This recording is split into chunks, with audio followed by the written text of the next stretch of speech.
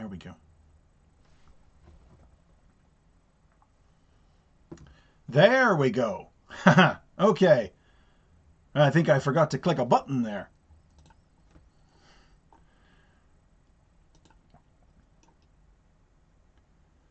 You guys let me know in the chat if you can see and hear me okay?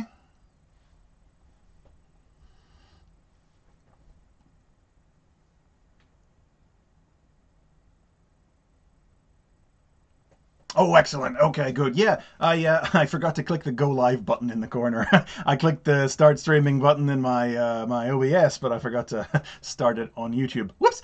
Yeah, you know, guys, I don't do these that often. I'm still I'm still learning how to use this stuff. Yes, hi guys. Yeah, so I've been on break for a little while. Some of you might have known that if you pay attention to the community tab. If you've been wondering why there haven't been any videos yet this month, no special reason, nothing. I've just been having a bit of a break. I put the work in for Obscure Characters Month in December, and it allowed me to just take a little while in January, because January is not a great month to be on YouTube anyway.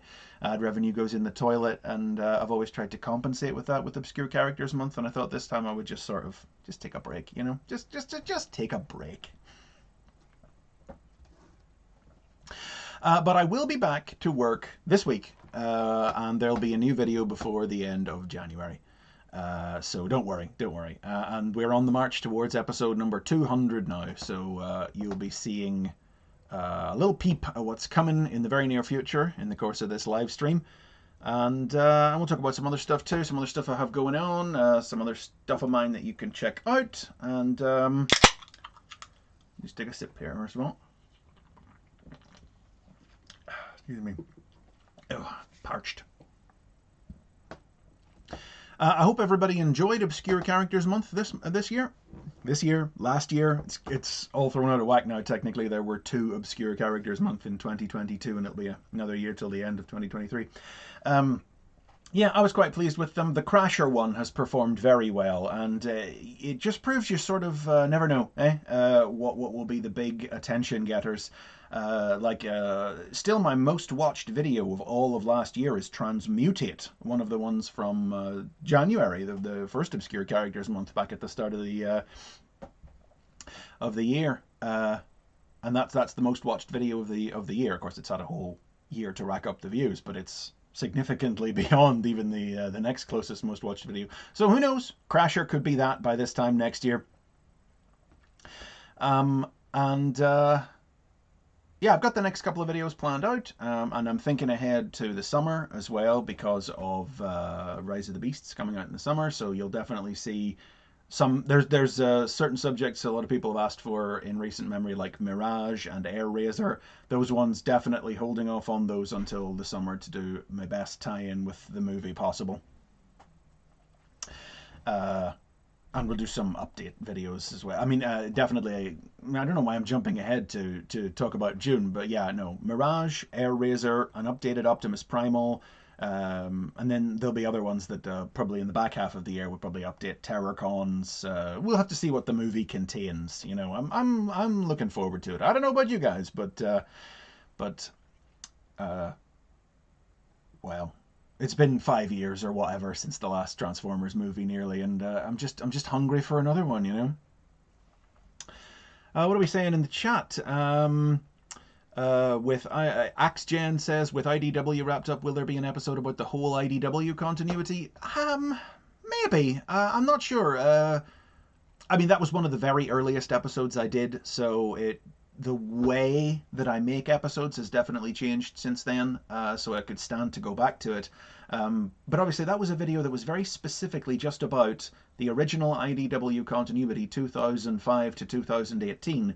And there was only a little bit more happened in the 2018 continuity after I brought that video out that I wouldn't need to update it very much.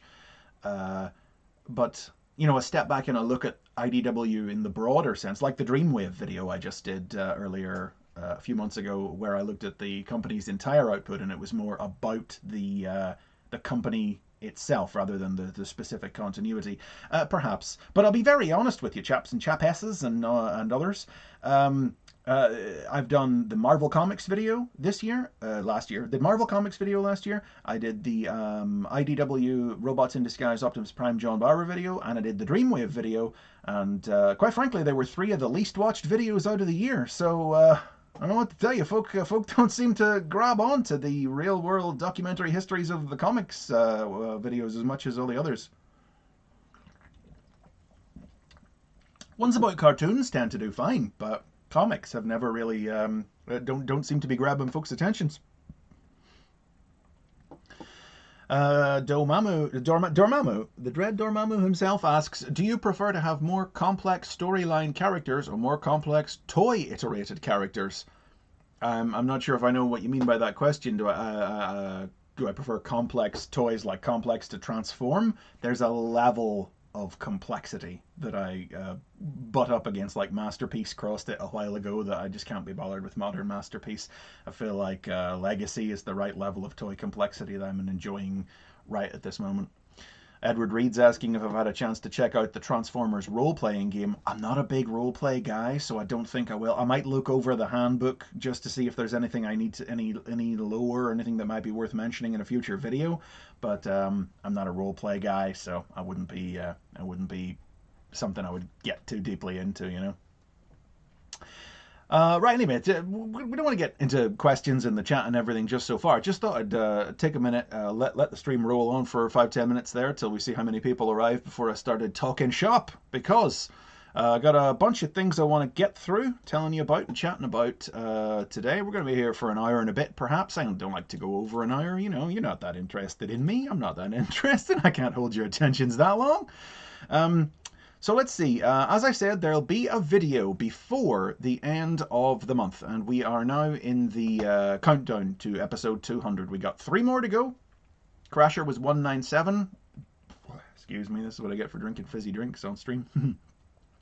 So the next episode will be episode 198, and it will be out not next week, probably. I'm not 100% sure. We'll see how the making of it goes, but before the end of the month, definitely. So if not next weekend, the weekend after. And if you're curious as to what it will be about, I can tell you now. I can reveal that the next episode, episode 198, will be The Seekers. I've done a lot of the individual Seekers. Who have I done? I've done Starscream, Thundercracker, Skywarp. I've done Acid Storm. I've done Thrust. Haven't done Dirge, Ramjet, Sunstorm, done Slipstream. So there's a few that I haven't, but this is going to be a video about the overall concept of the Seekers. You know, the origin of the term and the toys and how it's propagated down through history, and why do they all look like Starscream? Things have had different explanations for that. So I thought we would kick off 2023 with like a big subject that people have often asked for. So that's where we're going to start off with Seekers.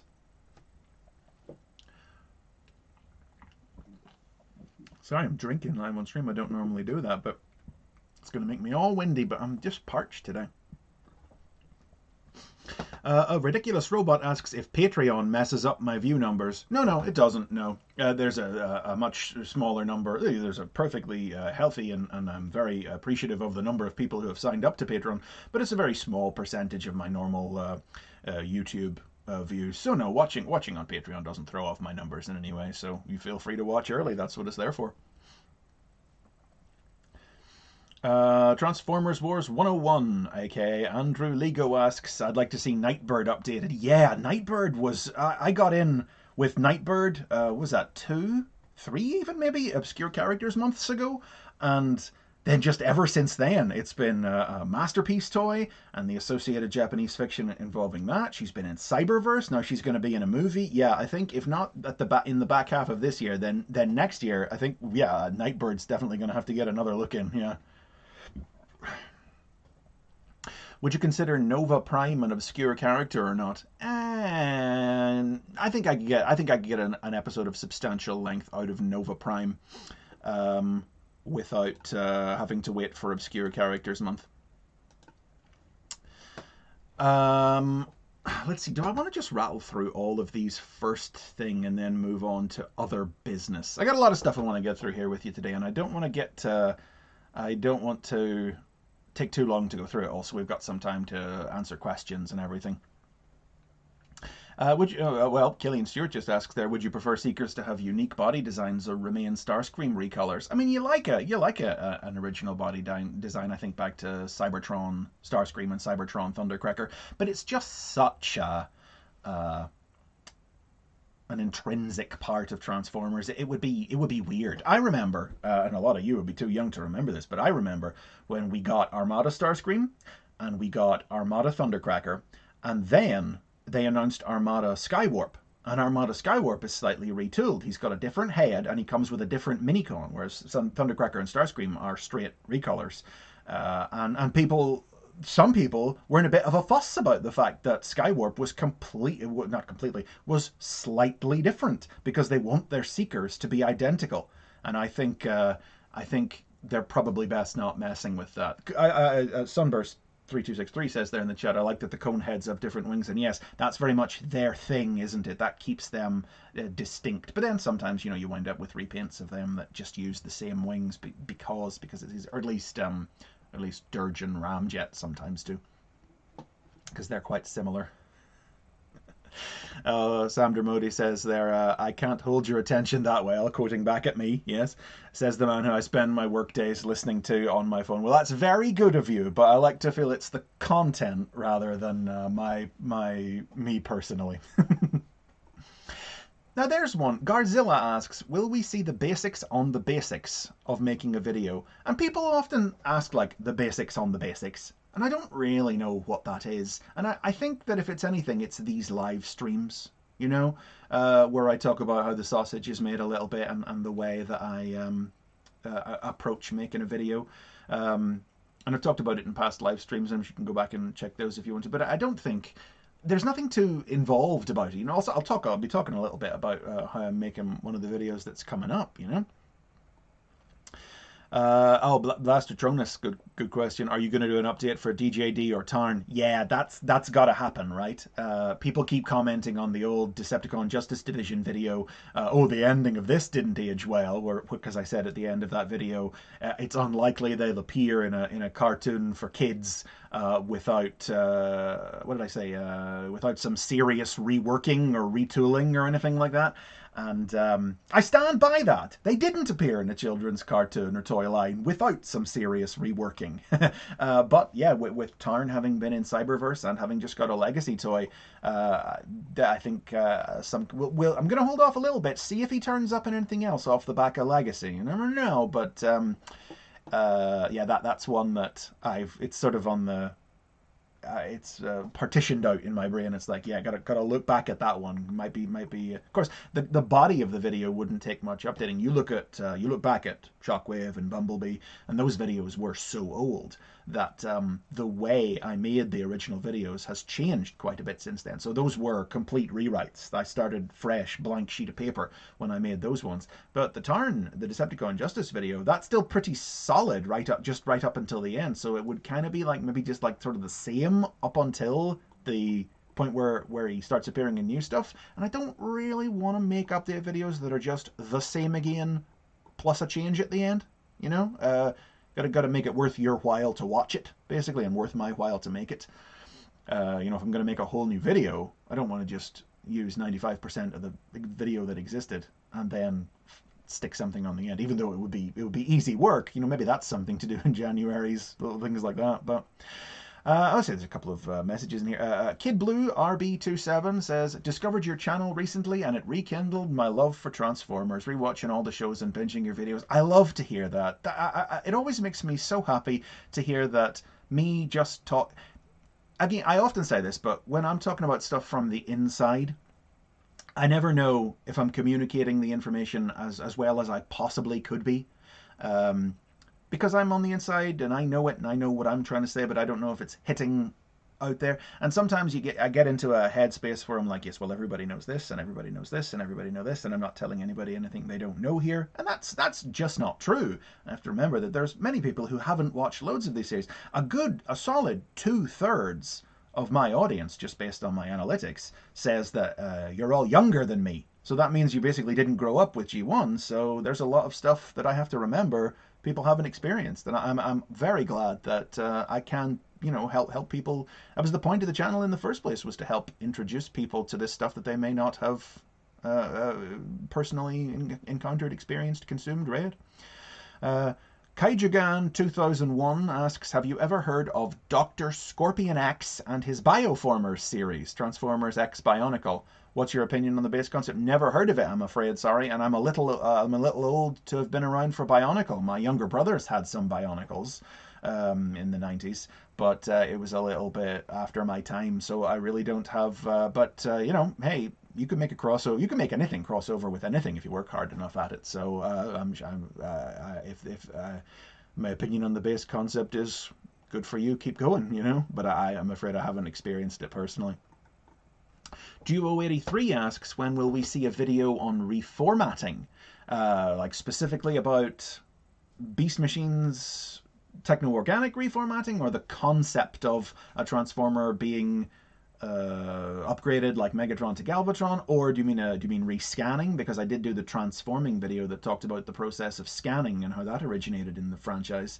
A techno-organic video, that's one I've had in the back pocket for a long time, and I haven't I put a specific date. That's definitely going to make that one of these days. But a video just about the concept of Transformers upgrading, powering up. I'm not sure if it would be more than a list of examples, so I'm not sure, you know.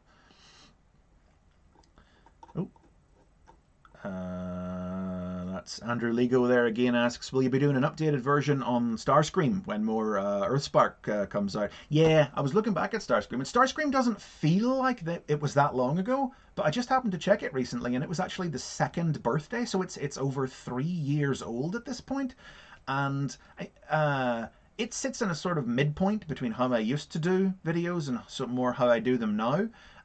So I think there would be less I would need to change about it, but it's Starscream, you know, so Earthspark is kind of, like, for instance, Soundwave.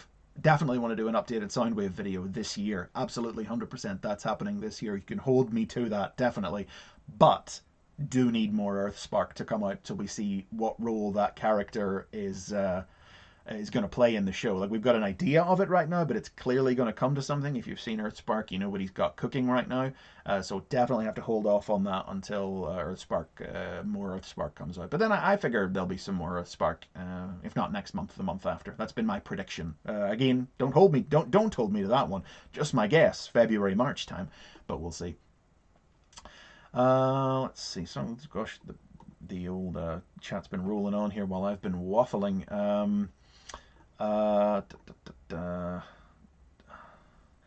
Sebastian Spencer just says, my eyes just fell on it there. A basics on the Nemesis could be interesting. Yeah, want to do that, but there is this rumor, isn't there, about a Titan class Nemesis figure is this year's Legacy Titan. That's completely unconfirmed. I don't think we've seen, there's been no listings or anything. Very much my dad works at Nintendo kind of rumor, but just gonna hold off for a little bit until we see if that's true or not. You know, we'll wait to see. Alan Atkins asks, basics on Death's Head. Why, yes, it's episode 199 coming in February. This is one that folk intermittently ask for.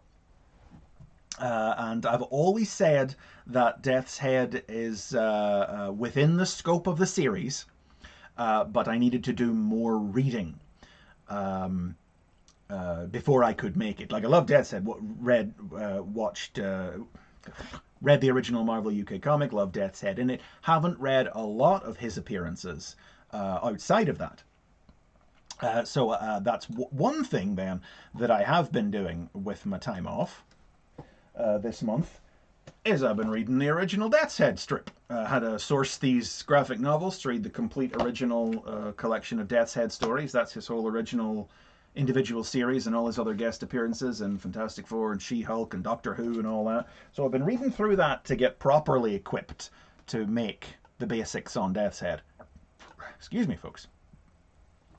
Because you know what I always say? I always say, don't I don't make a video based like on other write-ups or other people's like encyclopedia write-ups or anything like that. I go back to the original source wherever it's possible. You know, sometimes I have to rely on fan translations or fan summaries of untranslated Japanese media, say. But if and where it's possible, I always go back to watch the original cartoon or read the original comic. And in this case with Death's Head, I really felt I had to go back and read the original Death's Head specifically, but also, as you can see from the thumbnail, a little Death's Head 2 and a little Death's Head 3.0, so that we can try and make the story as complete as possible without lingering on the Marvel-based stuff too much, because I know like a lot of you, that's not going to interest a lot of you guys. You want to know about how his dealings with the Transformers, you know.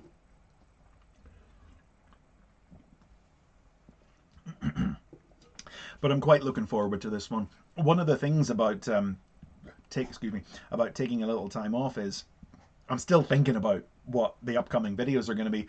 So as I'm reading the Death's Head comics, I'm sort of writing the video in my head, and I've taken a few minutes over the course of the last couple of weeks to sit down, and anytime I have a good like solid bit of stuff written in my head, I'll type it out quickly. So the case is basically, even though I'm not actually back at work until this coming week, the Seeker and Death's Head videos are kind of both half written already anyway, so they should roll out pretty quickly, I think. There won't be any big delays or anything. So yeah, that's episodes 198 is the Seekers and 199 is Death's Head, and they'll take us into February. Just saw a comment there I did want to address. Where did it go? Paxter MH asks, would you be okay with people redubbing your videos for their own language? I can't give anybody permission to do that. No. Very early on in the life of the series, I did. I okayed a channel or two. There was a Chinese channel over on the Chinese video sharing site, and a channel here on YouTube that I gave the okay to subtitle into Chinese and into Brazilian Portuguese. But I don't really want the thing to get the show to get spread out like that, redubbed and resubbed and uploaded on different channels, because it'll mess with the metrics and the analytics. So I can't give anybody permission to do that officially. No, to redub the videos in their own language. It's a shame that YouTube took away that. I mean, it wasn't long after I started making the series, but YouTube used to have the feature, the community feature, where people could upload their own foreign language subtitles to videos. And that would be great if people could still do that for mine. Of course, I think the problem there always was that I don't speak these other languages, so I could never verify that the translations were good or accurate. I seem to remember somebody was doing Russian subtitles, and I got a few messages from people saying that the Russian subtitles were garbage. So I don't know.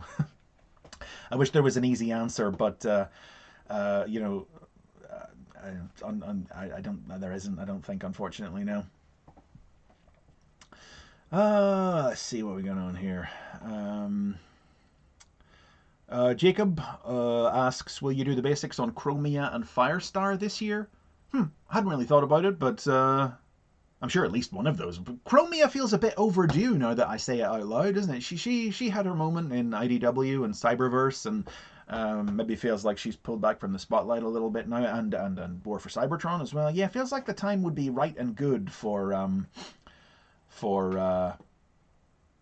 Chromia episode. Yeah. Thomas Reed asks, hi Chris, I subscribed to the reprinting of the full Transformers comics and now have a lovely keepsake. That would be the Hatchet Partworks Definitive G1 collection, I assume you're referring to there, Thomas. Do you have a full comic collection for reference and enjoyment? I do, in one form or fashion or another, I do, yes. As far as the Marvel stuff goes, I've got the Titan trade paperback reprints that they did of the Marvel US and UK stuff, and I have the IDW volumes of the UK stuff Titan didn't reprint, and I have and I bought and collected at the time they came out every Dreamwave issue and every IDW issue, and I have all the UK Movieverse and Prime comics that they did as well. Probably some other stuff too, but yeah, I have like 40 boxes of comics in storage in my garage. So yeah, I got a lot of comics to reference. But in the case of these Death's Heads, I did have to track them down. I owned the first Death's Head volume a long time ago, back whenever it came out, over 10 years ago. Read it and moved it on. And I never bought the second volume. I don't know. I don't know why. I was having a bit of a clear out at the time, and I just sort of moved it on, thinking I would never read it again or never need it again.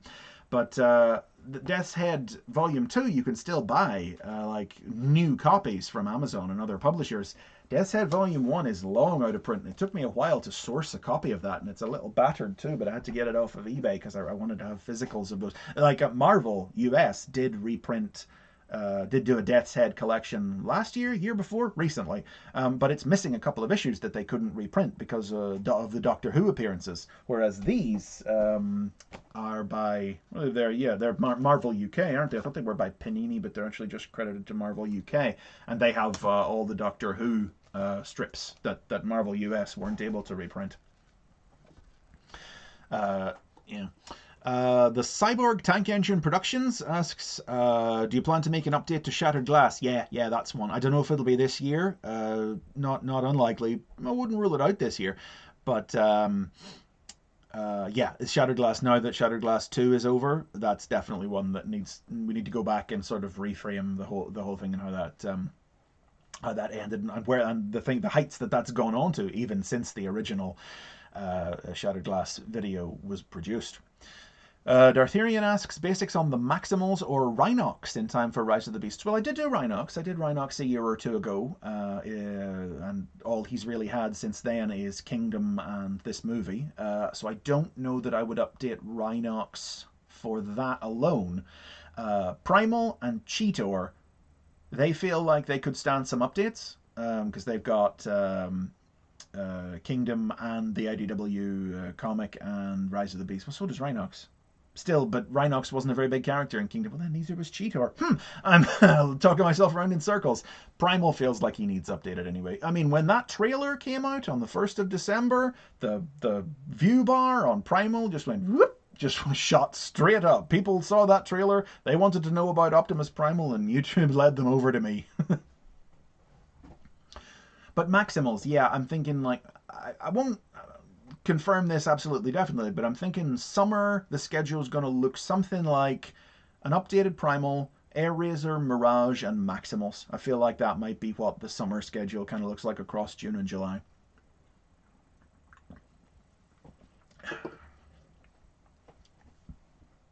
Like, I know what I'm doing in then, and I'm in the process of telling you now what I'm doing in January and February. What's happening in March, April, May? Haven't quite decided yet, so not sure. What's that? Thomas Reed asks, there's an old production called Transformers Universe Volume 1, but never a Volume 2.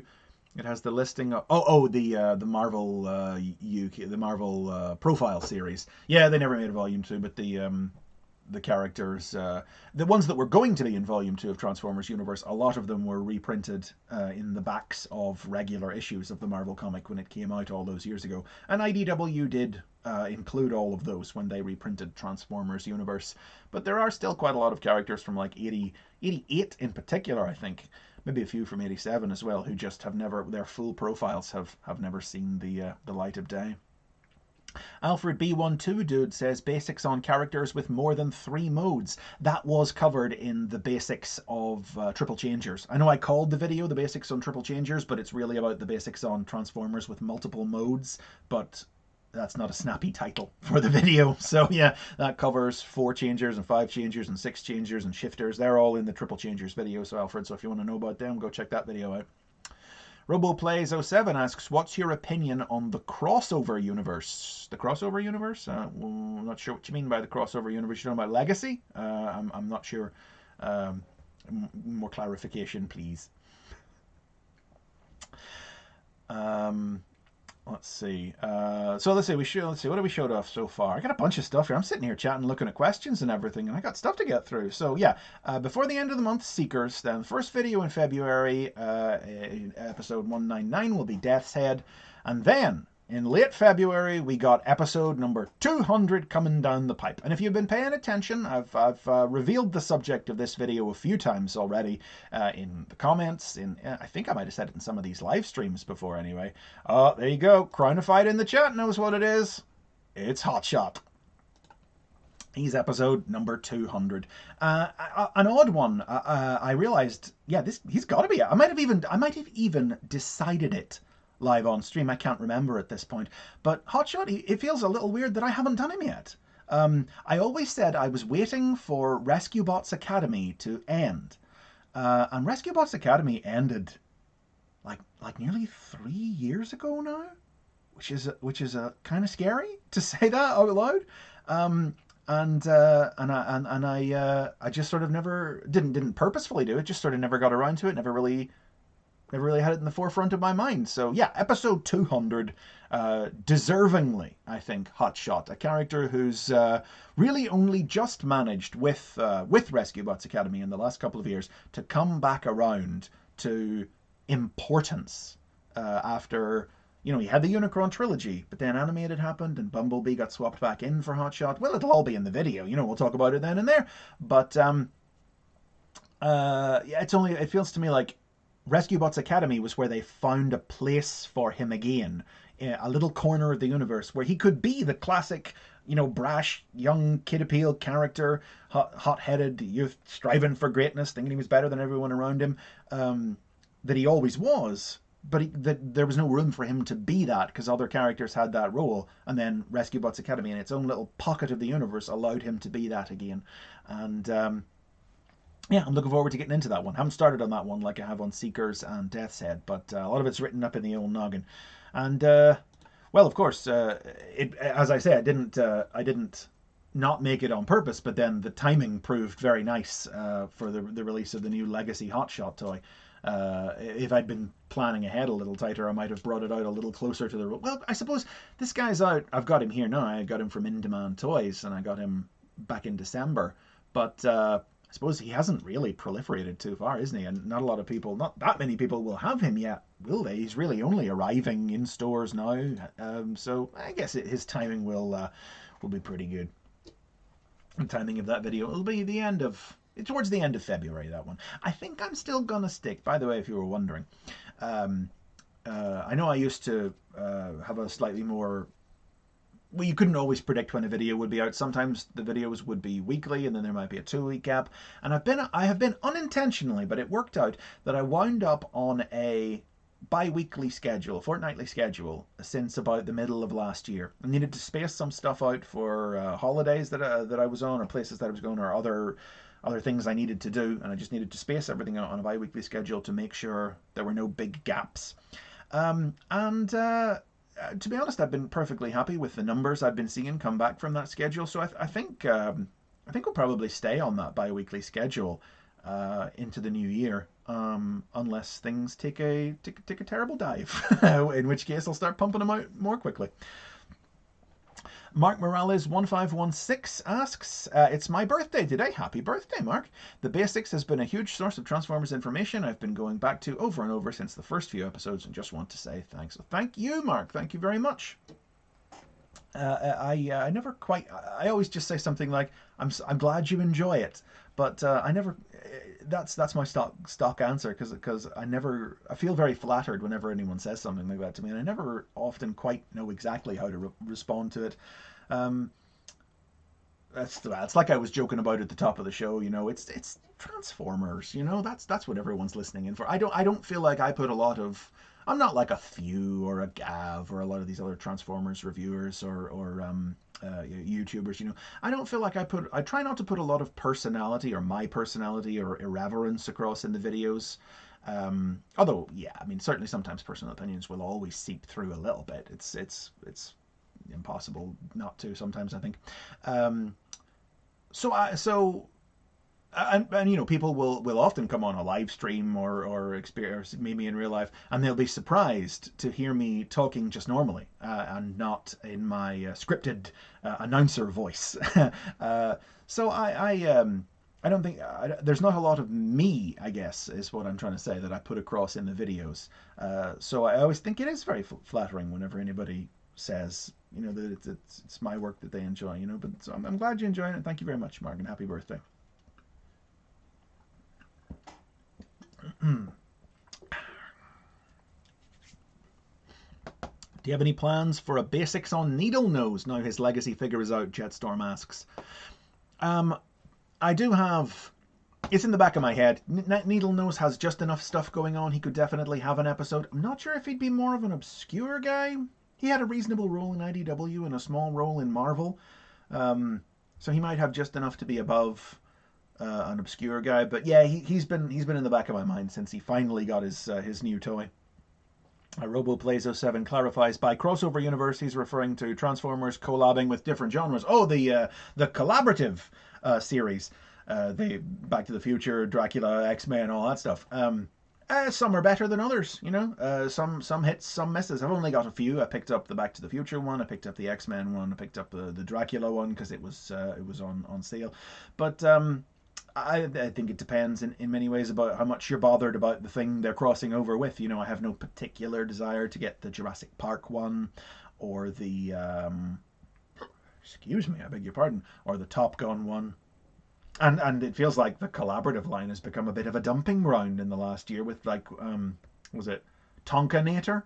They just a yellow Devastator with Tonka stamps on. I'm like, that's not a collab. That's not a crossover. You're not crossing over with anything. You're crossing over with yourself. Tonka, Hasbro owns Tonka. That's nothing.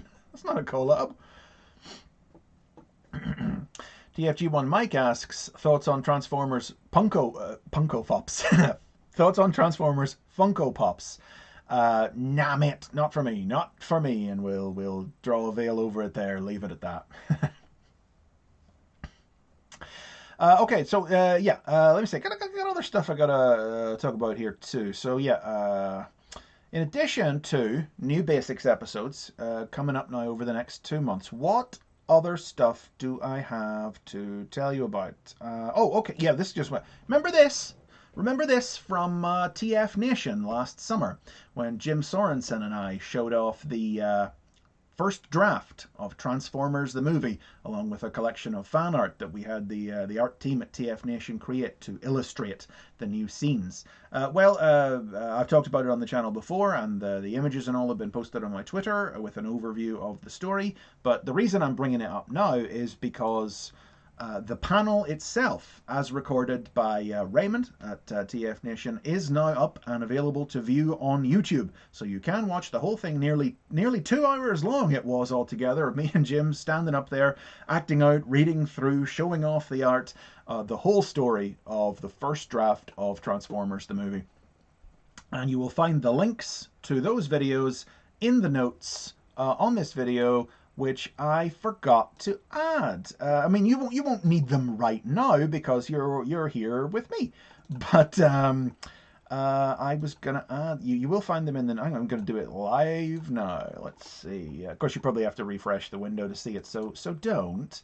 But there we go. There we go. There we go. And there we go. Let's see that. There we go.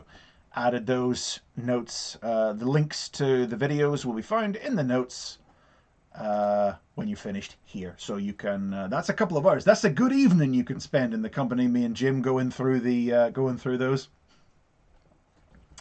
But I can't take any credit for that. That is Raymond who recorded those, as he records all the panels at TFNation.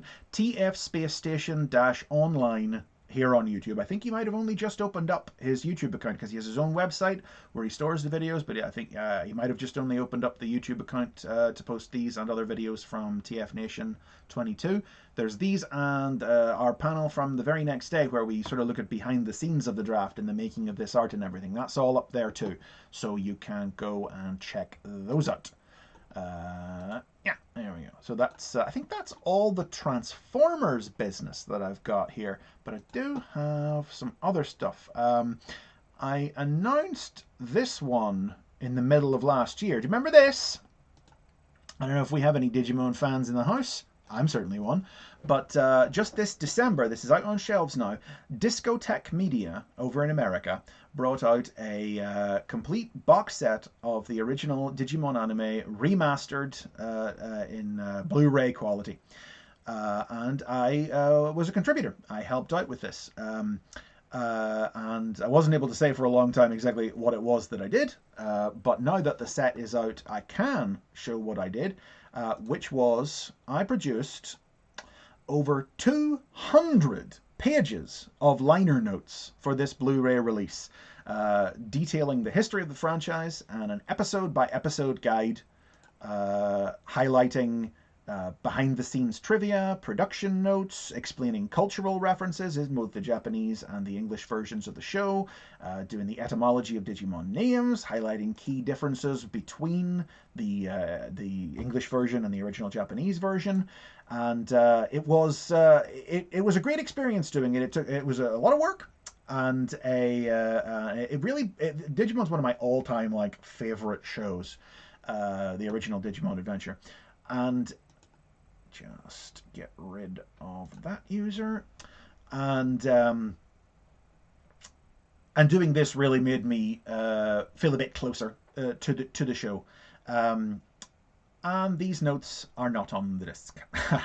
Yes, it was a lot of work put in, and it wasn't just me, let me tell you. I mean, I wrote the notes, but they were edited and graphic designed and co-written and collaborated with by the team over at Discotek. And unfortunately, they didn't make it onto the disc. For one reason or another, approval was not given to include them on the disc. But fortunately, we did get the approval to release them online for free for anyone and everyone to read. So you don't have to buy the Blu-ray to get them. At least they are available on the Digimon fan site with the will. And again, the link to that website where you can download the PDFs of these guides is in the notes on the video. So if you're ever rewatching Digimon, even if you get your new Blu-ray, or if you don't, if you're ever rewatching Digimon, you can read these notes along with you. You might learn some things. You might know it all already. But it's not just about the cartoon, you know. Well, it is. I mean, the centerpiece of it is the cartoon. It starts with an essay that explains the origin of the franchise and how it was developed through toys and manga and anime and films, and then episode by episode, 54 separate episodes detailing trivia and all sorts of stuff about the show, including how it related to comic books and toys and virtual pets and all sorts of stuff. It was tremendous fun and a great honor, I thought, to get to write it. The Blu-ray was produced by an old friend of mine, Mark, who was a friend of mine from my days back in Digimon. Like, I'm not really an active part of Digimon fandom or anything like that anymore, but I used to be, back in the day. I used to run a very wiki-like website for Digimon, the Digimon Encyclopedia, a personal website, back when those were a thing. Do you remember that, kids? And Mark was a pal of mine from back then, but he works at Discotek now, and he runs with the will. And he came to me and he asked me to do this. He didn't think that any writing that anyone had really done about Digimon had been bettered than the stuff I used to write on my old website. So yeah, I got to work on this. I mean, and shortly before COVID and the pandemic and everything, I got the chance to actually visit Japan for the first time at the end of 2019, and towards the end of that holiday, yes, things did get a little bit nerdy. Where I went to Odaiba, like you see on the screen there, and I saw the Ferris wheel and the TV station and a lot of the real life sites that got worked into the show. And then the Ferris wheel, the Daikon Rancho, closed during COVID, like permanently, and I realized I'd suddenly got when I'd been there in late 2019 and got to go on it and everything, I was really experiencing a last chance to ever do that, and I felt very lucky to have been able to accomplish that. Digimon I always hold it quite highly because it was the first thing I was ever a member of a fandom when I was I don't want to quite say an adult because I was in my teens, but I was about I guess I was like 17. I was just about 17 coming 18, so very close to being an adult. But it was the first thing I was in a fandom of online before I rediscovered Transformers. So it always lives in my heart, and I was very happy to be able to make this contribution, even if it didn't make it onto the finished discs. So unfortunately, it does mean that this won't be done for any future series if Discotek are able to bring out any sets of them. But I'm very proud of the work that we did on these notes, and if you're a Digimon fan, I hope you'll check them out, and I hope you'll enjoy them too. Let's see, what else? Digimon notes. I think one last bit of business here. Gosh, it's already 5:45. We've been here for 45 minutes. I should have rattled through this in the first half hour and then dedicated the whole back after questions. Right. Anyway, okay. Last bit of new business. If you are a regular listener or watcher or follow me on Twitter, you know that in addition to the basics here on YouTube, I also do a fortnightly podcast, Sonic the Comic, the podcast, with Demon Tomato Dave Bulmer, as he's also here on YouTube. Where we look at the fortnightly, we're the online guide to the Sega-sational world of the 1990s and the UK's official comic, Sonic the Comic. The UK's official Sega comic, which was the old British Sonic the Hedgehog comic from the 1990s, which ran for 7 years back then. And we go through it issue by issue, every fortnight, and we sometimes have guests on, and it's just a hoot and a half. It's just great fun. It's often a highlight of my week to do an episode of STCTP, and the reason I have it on here today is because now that the new year has started, we are introducing some new content for STCTP. The last 2 years, we've run a Patreon for STCTP, where we do bonus videos. God, I'm stopping and going, because I'm moving my mouse around and looking around me to make sure I have all my props on hand. I do apologize. I do it a lot. But anyway, the last 2 years, we've done various Patreon exclusive videos where we look at other pieces of Sonic media. Every issue of STC, Sonic the Comic, we do as part of the main podcast stream. We'll never make one of those exclusive. But we have been doing videos about the Martin Adams novels, the original prose Sonic the Hedgehog novels that were published in the United Kingdom. Principally, we did it so we could do Sonic the Hedgehog in the Fourth Dimension. For Dave and my money, one of the best Sonic the Hedgehog stories ever done. But we finished those at the end of this year, and in the new year, we'll be moving on to the fourth and final one, Castle Robotnik. And in addition to the Martin Adams novels, we also look at, we have basically two Patreon exclusive videos every month. We have one about the Martin Adams novels and one about the Dave's terrible old fan fiction called The End of Mobius, which is an edgy 15-year-old's take on Sonic the Hedgehog with blood and death and a wee bit of sex. So that's over too. But it turns out there is a sequel that Dave wrote way back in the day that he never published on the internet. This old fan fiction he put up on the internet because Dave was part of formative Sonic fandom on the internet in the mid to late 1990s before I got anywhere near the internet. But this one, it's called Secrets of Mobius, and he never released that online. So that and Castle Robotnik will be the two things we're doing on Patreon this year. The reason I bring it up here, though, is because we're changing the format of our Patreon a little bit.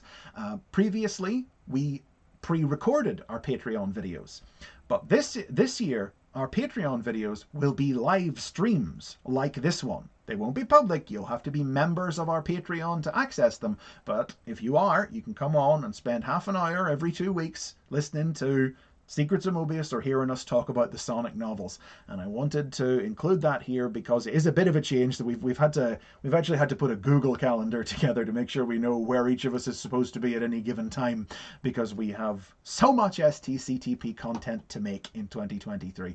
That's stctp.zone is our website to download the regular podcast, or patreon.com/stctp to get access to our bonus vault. And that's all my business. Now, I think I missed, yes, there was a message there from Hunaidu? Sorry, not pronouncing that very well. But they simply say, you do some cash from me as well. Great job. Well, thank you very much. Thank you very much. Hunaidu? I hope I'm pronouncing that. Honeydew? Is it? I hope I'm pronouncing that something close to correctly.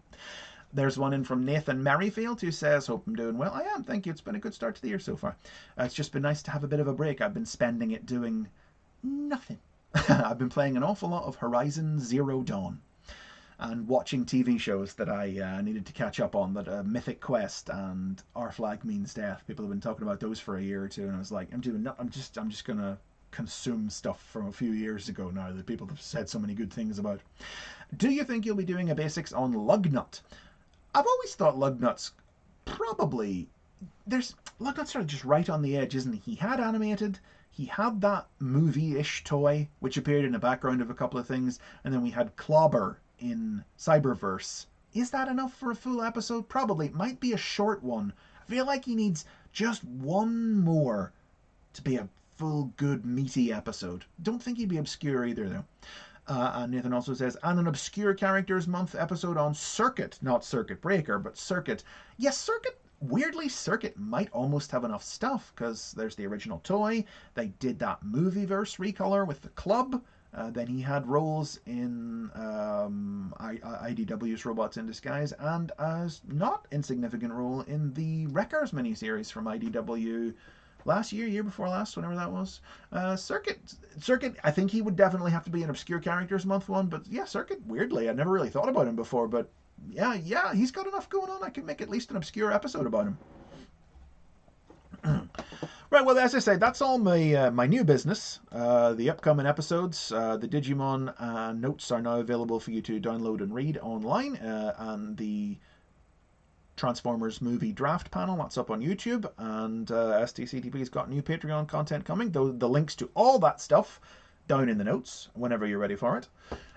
There's a message in from Stephen Walker M. Florgo, who asks, I wonder if Rise of the Beasts and Earthspark will inspire more basics episodes this year. Well, yes, as I was saying, in June, definitely Rise of the Beasts will inspire some Mirage. I'm thinking Mirage, Air Razor, Maximals, and an updated Optimus minimum in mid-year, and we'll see what comes in the back half. Earthspark, wait that one out. I mean, it hasn't introduced... I don't feel like any... It's given quite enough... getting tongue-tied.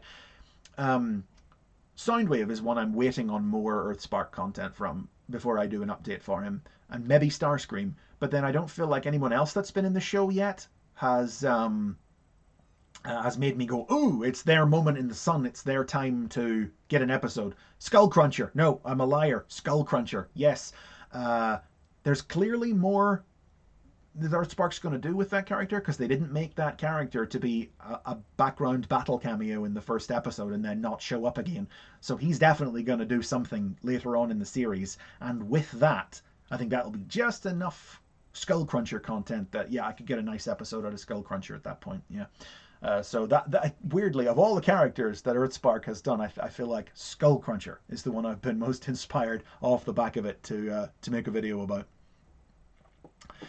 What else we got going on here? Oh, there's the eternal question. Many people ask, but JT has asked it today. Will you do the basics on the Stunticons? Yes.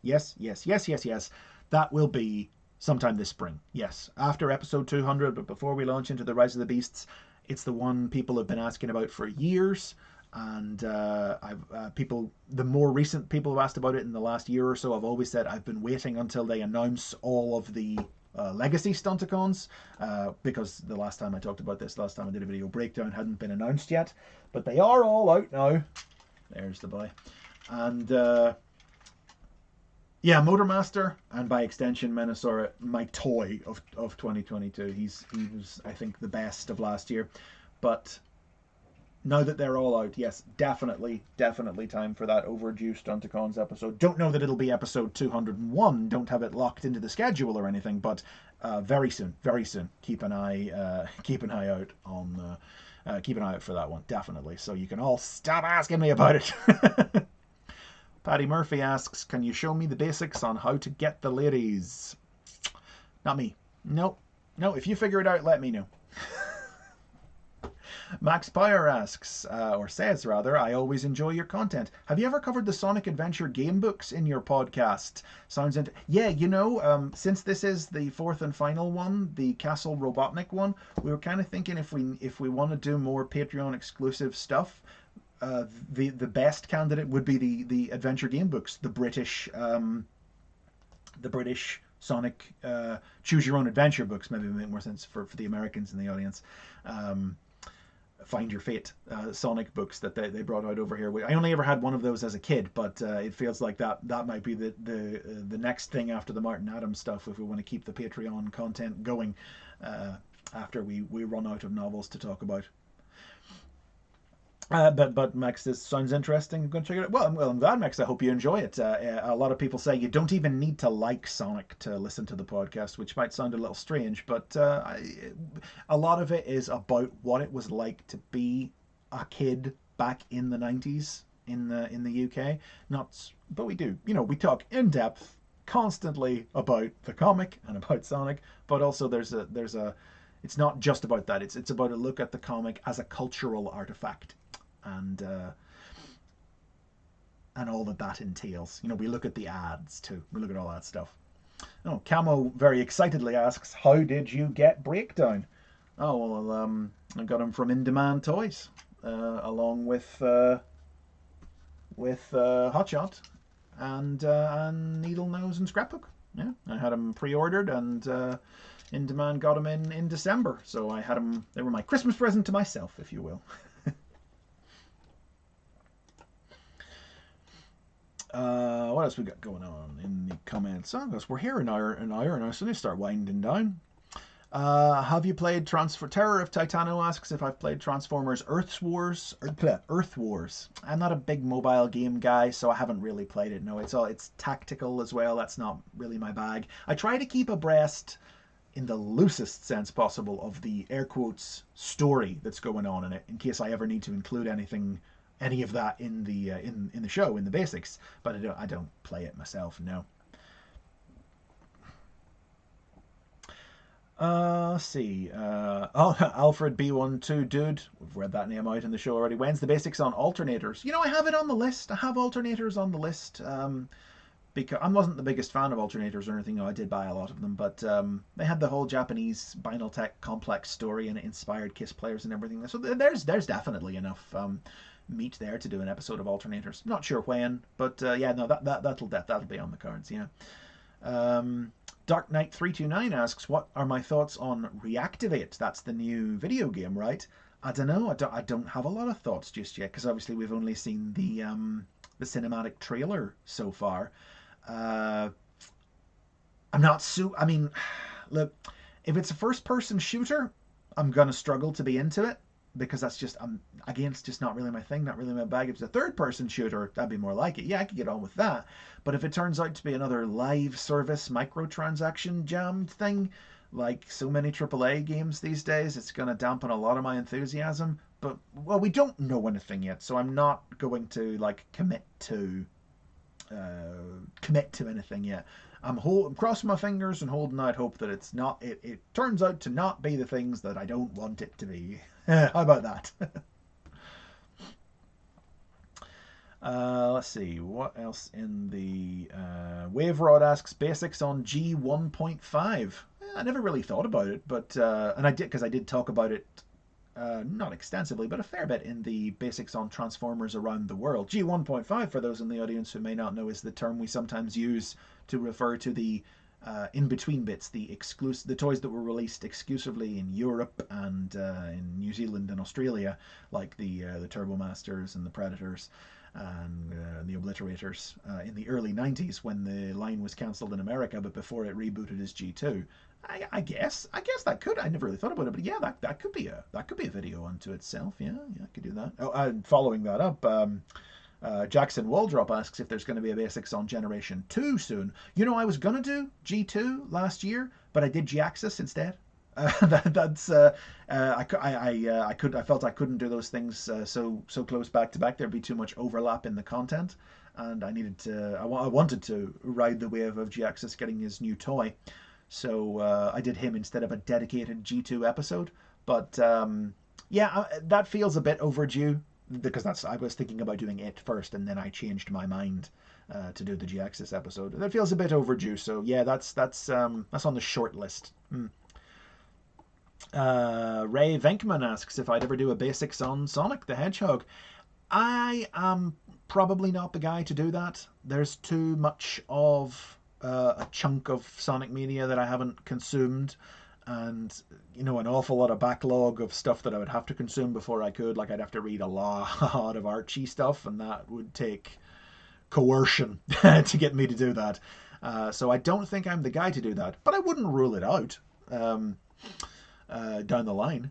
JT asks about my thoughts on Sonic Prime or Frontiers, the new cartoon and game that came out this year. Prime I enjoyed well enough for the small bit of it that we've seen so far. I liked that it based so much of its aesthetic and stuff at the very start on the games, which no American Sonic media ever did before, outside of the last couple of years, the back half of the last decade. The American media just was something else entirely that had no bearing on the games. But the whole multiverse thing doesn't do a lot for me. There's enough in there that I'm enjoying it, and I'll keep on watching it. But yeah, it was pretty good. But there's aspects of it I'm not in love with, but it's all right. And much the same opinion for Frontiers. My thoughts on Frontiers I've talked about on a live stream with Dave, who I do the podcast with, which you'll find over on his channel, his video game channel, Boomer Boops Buttons, so I'll not rehash it all here. I enjoyed Frontiers fine. I played it to completion. I'm looking forward to some of the downloadable content with the new playable characters this year, but I didn't really think that it was like the template for Sonic going forward that a lot of people talk about it like it was. I didn't think it was quite as revelatory as all that, but I played it and I enjoyed it, and it was well done from me and Flynn's point of view, from story and writing and character, because so much of the focus of it seemed to be on writing the characters, not writing WRIT, but RIGHT, writing the characters after a decade of inconsistent portrayals. And he did that well. I enjoyed that. The gameplay itself was, Tony the Mighty asks, basics on Jinrai coming soon. I was just thinking about Jinrai this morning because I was thinking about Victory Leo, because I feel like I need to do an episode about Victory Leo after the HasLab Star Saber came out. He's not next to me here. I should have sort of set him down here, but because in the Victory cartoon, Jin Ryan is rebuilt to become Victory Leo, but then there's other media where Victory Leo has no obvious connection to Jin Ryan. He could definitely have a video of his own, and it's weird. I think I might wind up doing Victory Leo before I do Jinrai. But again, Jinrai is one who feels a little overdue. I should do Jinrai. Toa Brony asks, and I think has asked a couple of times and I just haven't had time to respond, but it's on my screen right now. Do I have the Lego Optimus Prime? I do, yes. Picked up Lego Optimus Prime last year. That was a great building experience. I don't have a lot of Lego, but I really enjoyed building it and seeing as I was building it, recognizing there's no greater thing when building Lego, I think, than when you build a piece and you go, what the hell is that? And then you turn it over and you put a few more bits on it and you go, oh, I see what this bit is going to become. And I got a lot of that from Lego Optimus when I would see a transformation joint, specifically like a hinge or a clip, and I would realize, oh, this is what that's going to become, and building it up from the inside out like that and seeing how the transformation was going to work. That was a lot of fun. I really enjoyed that. Pikachu asks, can you do cassette transformers like Seekers, like I've got coming up? That's definitely an episode. It was it was between Seekers and cassettes was what the next episode 198, was going to be about. Now I decided to go with Seekers because I did Laserbeak in November, and I just thought that I like to space stuff out. It's like I always say whenever I do one of these live streams and talk about these things, I want to oh, there's another bit of spam in the chat. We'll just get rid of that. I don't like to it's like with G-Axis and Generation 2 occurring at the same time, but then every time I do another every time I do a member of a subgroup, it will immediately be followed with people in the comments going, oh, now do another member of this subgroup. And I'm like, well, not right away. because a lot of the video will be the same, will be a lot of overlapping content, and want to space those things out, and that wouldn't have been quite as true with like doing cassettes right after Laserbeak, but I decided to go with Seekers instead of cassettes. But cassettes is very much an episode I want to do and will do. So again, won't swear to it this year. Don't have the schedule planned out beyond the next couple of months, and looking forward to June. But I like a cassette. Cassettes and Soundwave are one of my like all-time favorite like Transformers interactive gimmicks. So yeah, I definitely do that. Yeah. Tony the Mighty says he'd love a basics on Sparkplug.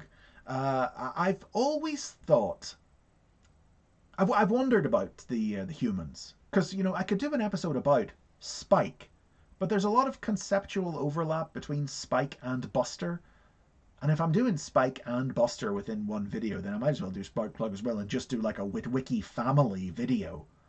Rather than just a dedicated individual Spike video. Like I might call it the basics on Spike, but the content of the video would really be about the whole family, But I wonder how that would go down. The Circuit Breaker video, which was last year, the year before, I can't remember now at this point. Whenever it was, wasn't a great view getter. You never know. I want to do a video about Marissa Fairborn, because I like Marissa Fairborn, and she's in Reactivate. We think we know that, right? I think I know that. I think she's in. I think we've spotted her name in code in the trailers or something. But she's in Reactivates, so it'll be a good time to do it. But now I have to wait for Reactivate to see what her role in it is, so I can do the video. So more and more often, every time some new piece of media inspires me to do a video or convinces me to put a video on the schedule, almost just as often, news of an upcoming piece of media makes me go, oh great, now I have to hold off on making that episode until that comes out. It's give and take, it's push and pull. You got to figure this stuff out. Marit Koskela asks, can you please do the basics on Skyquake? I think that is. Skyquake. What's Skyquake got going on? There's the original Skyquake. There's probably enough going. Well, Skyquake's got that new toy coming out as part of Legacy that there's been a few leaks of. So that. Yeah, I could, and again, haven't really thought about him before, but I think there's probably enough there. If I folded in Scratch from the Japanese stuff and where that wound up going, yeah, I think there's material to make a Skyquake video, yeah. E-Man asks, my favorite Transformers human character. Oh, that's, I kind of lean to Marissa Fairborn, I really enjoyed her in IDW and the relationship she had with Thundercracker. Sorry was good too, but then a lot of people will be quick to go, oh, sorry, doesn't count, she was a robot.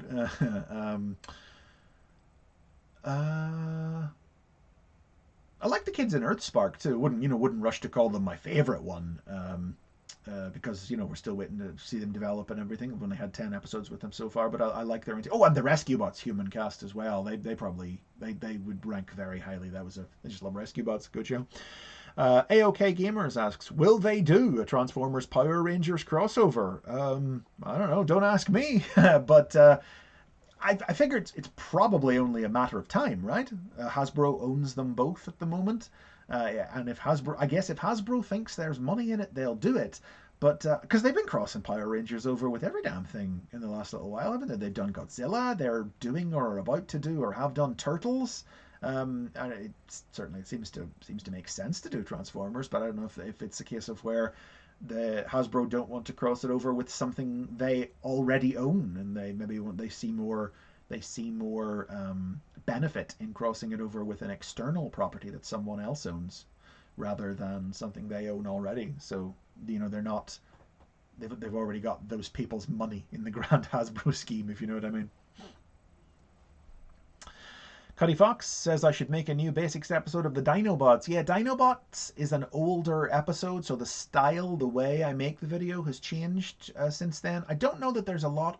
No, that's not... I was going to say I don't know that there's a lot of new Dinobot content since then, but we've had Cyberverse, and the Dinobots in that series, and Power of the Primes hadn't come out yet when I made the Dinobots video originally, so there's been that as well, and the fallout of the stuff in IDW. So yeah, it's not high on my list of ones to update, but it could stand one, but it's not high on my list of ones to update. I say the high on the list of ones to update. Soundwave is number one. Optimus Primal, really feeling like he needs it to go along with the movie. Shattered Glass, Ultra Magnus. Though Ultra Magnus hasn't done a huge amount. He's really only had War for Cybertron, hadn't he? And the end of IDW. But the way I make the video has changed so much that it would feel very different. Yeah. Yeah. Those are the big ones that jump to mind offhand. Those ones. John Sesterak says, "What did I think of the crossover comic with Star Trek?" It was fine. It was fine. You know, I'm not a huge Star Trek fan or anything. I like it. I respect it, but I'm not a huge fan of it. I liked the idea of crossing over specifically the old Star Trek animated series and the G1 Transformers. I liked the aesthetic style of it, but you know, it wasn't. It was fine. It was fine. No strong feelings one way or t'other. Oh, Lanza Jetty says, train bots. Yeah, I want to do a train bots video. Just been holding off until they show and properly reveal and announce all the Masterpiece toys and the finished Raiden. Yeah. And there is a manga that was published in one of those Japanese Generations yearbooks. There'll probably be another part of that this year too. So I'm kind of holding on until we see if that's in there. But yeah, Trainbots is up there, yeah, and I would include like Team Bullet Train and the Micromaster trains in there too, just to put them all in there, just to do it like a Transformers episode. Because the train bots unto themselves really don't have very much going on. They got the original Headmasters thing. Shuki got that Generations Japanese exclusive one and a small role in some manga, and now the Masterpieces. But that's about it. So fold in the other train guys from throughout the years. There was one I saw there. AOK Gamers, the basics on Japanese Transformers update? I don't think it needs one. There hasn't been any significant new pieces of there hasn't been any new animated series or any new really significant manga that have done anything very different beyond what I had already talked about in that video. So no, that's not one that needs an update just yet, I don't think. Somebody said earlier on I should just, when I was talking about Victory Leo, I should just make the basics on Victory. And you know, yeah, I've always thought, I'm sure I've said it on the show before, but it's like, yeah, I've done a Unicron trilogy video, and I've done a Beast era video, and I've done a Japanese series video and a Japanese Beast era series, but I've always maintained that the individual series within each of those, Armada, Energon, Cybertron, Beast Wars 2nd, Beast Wars Neo, Headmasters, Master Force, etc., etc., yeah, any one of those could definitely have its own dedicated video where I would talk more in detail about the shows and their stories. I always thought that was the case. I just always want to do the overarching concept first, you know. So I don't know, maybe sometime this year I might do a separate basics about Beast Wars, or I don't know how much I would. I don't know. That's just me spitballing. I'm not committing to that or anything. Stella Holly asks, what were your thoughts on the IDW Shattered Glass stuff? Mama always said, if you can't say something nice, don't say anything at all. So we'll move on. Yeah, no, not for me. No, thank you. I mean, I'm not. You know, I think most people know I'm not much of a fan of Shattered Glass as it is anyway. But I really thought it was a shame that IDW went out on that second Shattered Glass mini. That was not up to much. No, unfortunate. Jordan Phelps asks, basics on Thunderwing. Another one that feels very overdue. I don't know. Yeah. It's funny, you know, when I'm sitting down and coming up with ideas for new episodes and mapping out a schedule ahead of time, just sometimes these things are never in my head until someone says them, and then I'm like, yeah, why haven't I done the basics on Thunderwing? Or, you know, why is it that I didn't do the basics on Hotshot until 200? I don't know. He was just never in my head, and then I finally did it, you know? So anyway, I'm just rambling here at this point. We've been here for, what are we here for an hour and a quarter here nearly.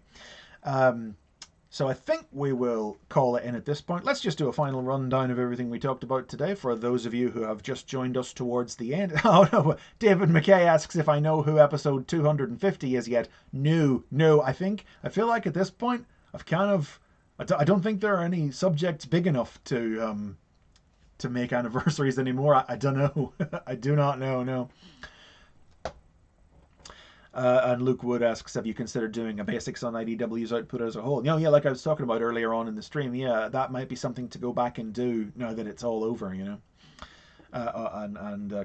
Crownified asks, Lost Light. And yeah, like I said, same as with the Japanese stuff, where I could do any of the individual cartoons or series within the Unicron trilogy or the Japanese stuff in the same way that I did an episode about Robots in Disguise and Optimus Prime, John Barber's run from within IDW. Yeah, could absolutely definitely do an episode about The Lost Light and More Than Meets the Eye.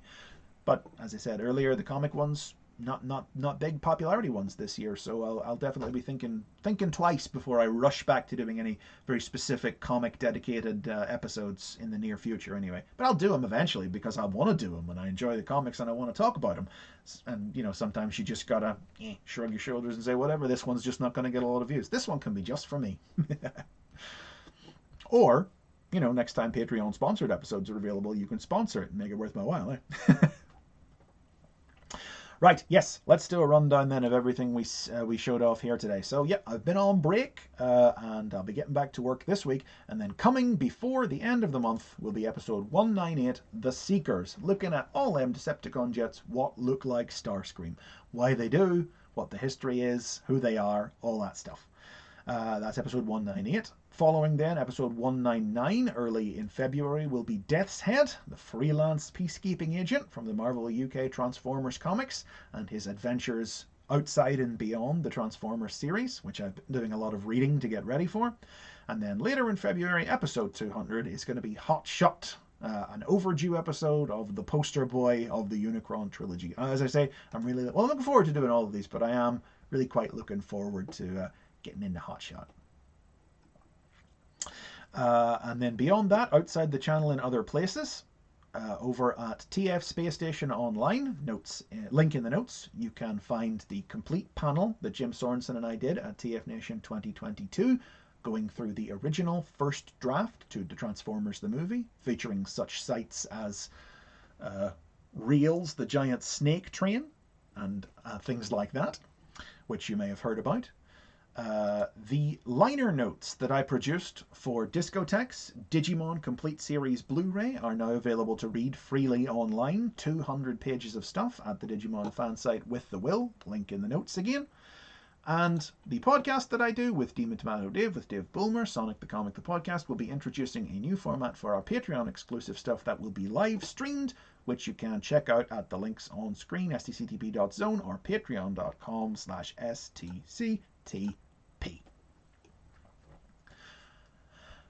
And I think that's everything. That's everything I want to get through today. And I always get, you know, I'm not much of a live performer, and I always get a little nervous before I do any of these live streams. And then whoosh, it's all over. We've been here for an hour and 20, and I feel like I only just got through, and I haven't chatted. I need a better format, you know. I should collab with like Few or Gav or something. We should all do a live stream together instead of me just talking to the audience here or something like that, you know. I think it would be fun because I don't know if you guys have seen some of Thew's live streams. He's got boxes to open. He's got something to focus his attention. Where I'm just here telling you what's the news with me. This is like a news broadcast, like a little update for the channel and everything, instead of and talking and having answering questions from the chat and everything. I think it would be a fun thing to do. I should pester them about it. Anyway, I think we'll draw a line under it there for today. So look forward to the Seekers video before the end of the month. And I will do another live stream at some point in the future, you know. But for now, I think we will say goodnight. And I will catch you next time. I need a name for you guys. For Basics fans, you know. And Pikachu very earnestly saying in the credits there, please do Chromia. Oh well, I'll do it eventually. Calm down. Yeah, just I was going to say, no, I need a a name for you guys. I always thought like my basic bitches would be like a name, but I don't like using the word. So I don't want to make that a thing. But I can't think of a better one. Baseliners, my basic class bots, my basicons, my primitives, my basic basiticians, my baseliners. That's a pretty good one. Yeah. You talk amongst yourselves and settle on something. My basicalies, my basic bots. Well, whatever you call yourselves or however you identify. We'll leave it there for today, folks, and I will see you again next time. Look forward to the Seekers episode before the end of the month. Death's Head and Hotshot coming in February. Rise of the Beasts coming in September, and Rise of the Beasts coming in June, and whatever else will happen in between, I don't know yet, and we'll find out together. See you next time, folks. Enjoy.